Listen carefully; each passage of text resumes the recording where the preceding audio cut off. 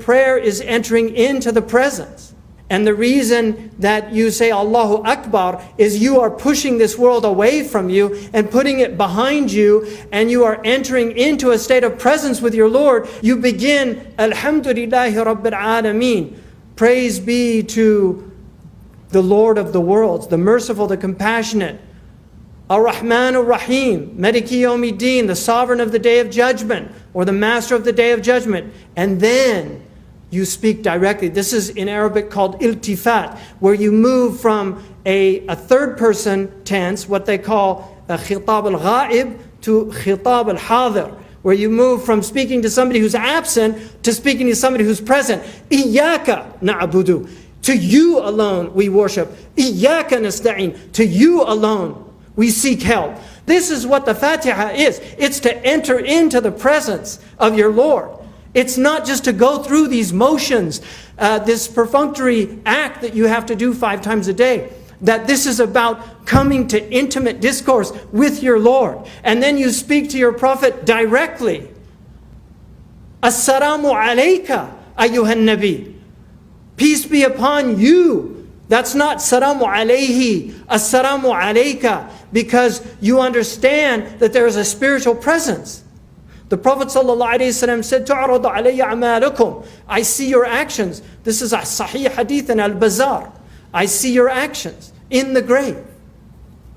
فَإِذَا وَجَدْتُ خَيْرًا حَمِدْتُ اللَّهِ وَإِذَا وَجَدْتُ شَرًّا أَسْتَغْفَرْتُ لَكُمْ. If I see good, I praise God, that these are my people, that I taught them to do good and they're doing good. And if I see you doing wrong, I ask forgiveness. He doesn't curse us. He doesn't say, why aren't they doing good? He asks forgiveness for us. The beginner's mind is a wonderful mind, they say, because the beginner is always present, because they're so worried about getting it right. If you watch a beginner driver, I love when I drive by these schools, you know, these driving schools. I love watching these people learning how to drive. They're usually about 16, and they're in there, and they're so present because they have the beginner's mind. You see, after a while, they like everybody else, they're falling asleep at the wheel, right? They go from one place to another and they don't know how they got there. But they've done that trip so many times because they're asleep at the wheel. The lights are on, but nobody's home. This is most people. We're somnambulant. We're sleepwalking through life. We're not present. We're not present in our meetings when we meet each other. We go through the motions, we shake the hands, we don't really hear the names. When I lived with the Bedouin in Mauritania, one of the things that really floored me about some of the Salihin amongst them, one lady, and a very dear lady to me, she was the wife of my teacher and she died a few years ago, Maryam bint Boueba. And I wrote a piece about her called Another Mother of the Believers. Maryam asked me when I first arrived there in 1984, she asked me if I had family, and I said, yeah, and she said, what are their names? And I said, well, I've got, my mother's name is Elizabeth, and my father's name is David, and my brother's name, I have 2 brothers, one's name is John, and the other's Troy, and then I have 4 sisters. I have Kathleen, Patricia, Elizabeth, who's now called Nabila, and Mariah. And I didn't think anything of it. After I left that period, there were 10 years before I went back. When I first saw Maryam, after 10 years, she said to me,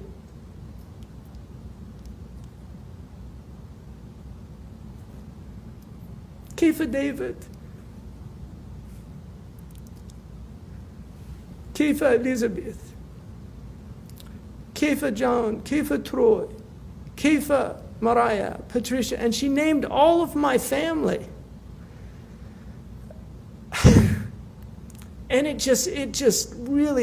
it was such a dagger to the heart, because I realized she wasn't just asking to chat. She wanted to know their names, and she internalized their names. And 10 years later, she could recall names that she'd never heard in her life because they're not Arabic names, and she only knew Arabic. And I was just so stunned. But She was a present human being. She did dhikr all the time. That was her life. She spent her life serving the students of that place. She knew every name of every student that ever came to that. And Aisha met her and remembers her. You know, she was present. And this was from practice. This was from just the monotony of every day working on your presence with God.